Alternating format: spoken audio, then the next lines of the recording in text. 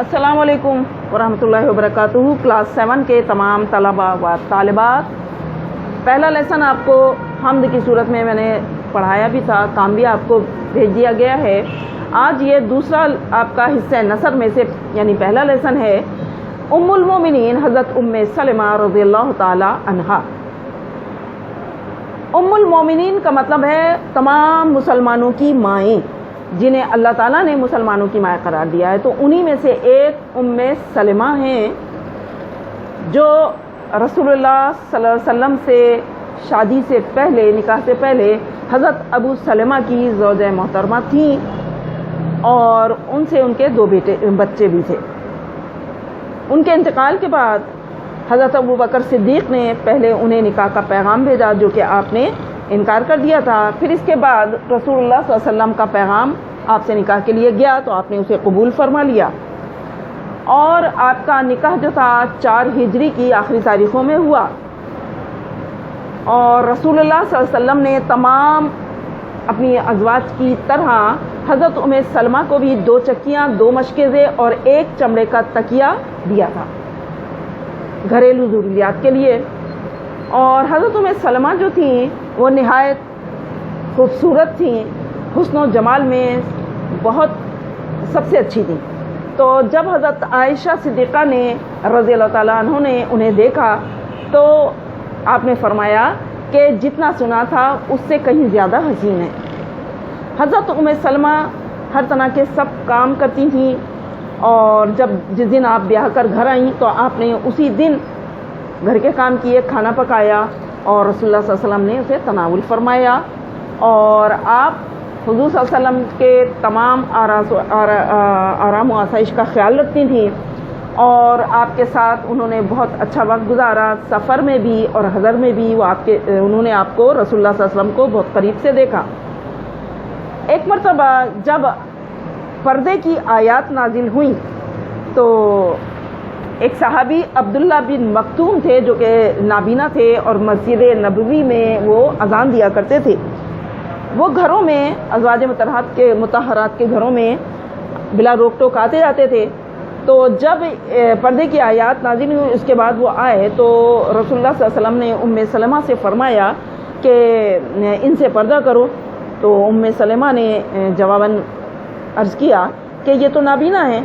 تو آپ صلی اللہ علیہ وسلم نے فرمایا کہ تم تو دیکھتی ہو نا، اس لیے تم پردہ کرو۔ اچھا، حضرت ام سلمہ کی جو اوصاف و کمالات تھے وہ یہ تھے کہ آپ بہت علم والی تھیں، یعنی قرآن و حدیث کا علم آپ کو بہت زیادہ تھا۔ زہد و تقوی میں یعنی پرہیزگاری میں، نیکی میں، اور اخلاق اور مروت میں بہت بلندی پر تھیں۔ ایک مرتبہ رسول اللہ صلی اللہ علیہ وسلم نے دیکھا کہ آپ سونے کا ہار پہنے ہوئے ہیں تو آپ نے ناپسند فرمایا، تو ام سلمہ نے وہ فوراً اتار دیا۔ یعنی آپ کو دنیاوی عیش و آرام سے یا دنیا کی کسی چیز سے کوئی رغبت نہیں تھی۔ حضرت ام سلمہ یعنی بہت سے کار خیر کرتی تھیں، لوگوں کی راحت رسانی کا بہت خیال رکھتی تھیں، ان کی امداد کرتی تھیں، اور رسول اللہ صلی اللہ علیہ وسلم کے طرز میں ہی آپ قرآن کی تلاوت بھی کیا کرتی تھیں، اور رسول اللہ صلی اللہ علیہ وسلم جو کچھ فرما دیتے تھے اس پر فوراً عمل کیا کرتی تھیں، اور آپ کو ہر وقت اجر و ثواب کا خیال رہتا تھا۔ قرآن، حدیث اور فقہ میں، فقہ علم کہتے ہیں دین کا علم جو ہے، اس میں جو قرآن و حدیث سے ہی ایک علم جو ہے وہ مرتب کیا گیا ہے، اس میں آپ کو بہت عبور حاصل تھا۔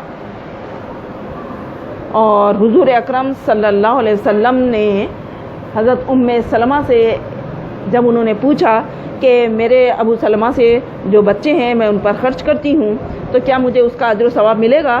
آپ صلی اللہ علیہ وسلم نے فرمایا ہاں، جو کچھ تم ان پر خرچ کرو گی اس پر تمہیں اجر ملے گا۔ حضرت ام سلمہ کی 84 عمر میں وفات ہوئی، آپ نے 60 ہجری میں وفات پائی تھی، اور آپ کا نماز جنازہ حضرت ابو ہریرہ نے پڑھایا، اور آپ کو جنت البقیع میں دفن کر دیا گیا۔ آپ کی حضور پاک صلی اللہ علیہ وسلم سے کوئی اولاد نہیں تھی۔ لیکن جو بچے حضرت ابو سلمہ کے تھے وہ آپ ہی کی آغوش رسالت میں پڑھ کر جوان ہوئے۔ میں نے آپ کو یہ سب لیسن سمجھا دیا ہے، آپ اس کی خود ریڈنگ کیجیے گا اور پھر آپ اپنی کاپیوں میں یہ کام جو آپ کو ویڈیو میں دکھایا جائے گا کر کے اسی طرح کیجیے گا جس طرح کاپیوں میں کیا گیا ہے، اور پھر آپ یہاں اسکول آ کر چیک کروائیے گا۔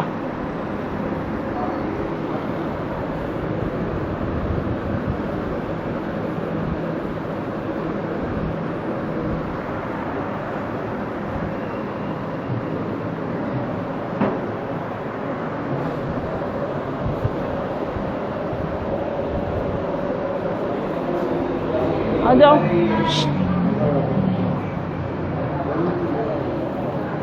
نہیں یہ دیکھیں، یہ دبا دے گا۔